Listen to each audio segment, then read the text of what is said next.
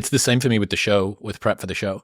There's, there was a long period, still now when I'm in less of a mindful place, where I just need to know more. I need to be better prepared. I need to have more stories. I need to have done more reading, even if it's not about the guests, just in other areas. Yeah. And then there's other times where I go, I've got this. I did 5 episodes in 3 days in New York this week. And getting toward the end, I was sitting down with Casey Neistat. And he's literally a pro conversationalist that's released an unlimited amount of videos. This is going to be the easiest conversation in history. You don't need to come in with all of these different interesting ideas and stats and all the rest of it. So it's the only equivalent I can find to your...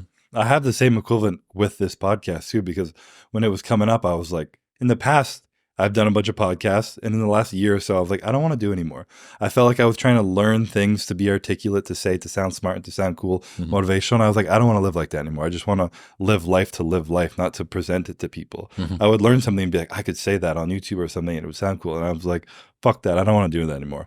And then you hit me up to do the podcast. I was like, oh shit, I haven't been doing that. Am I going to have anything to say? Yeah. But then I was like, I'm not the smart guy. I'm not the guy who went to school and has all this intelligence and these crazy stories and all this stuff.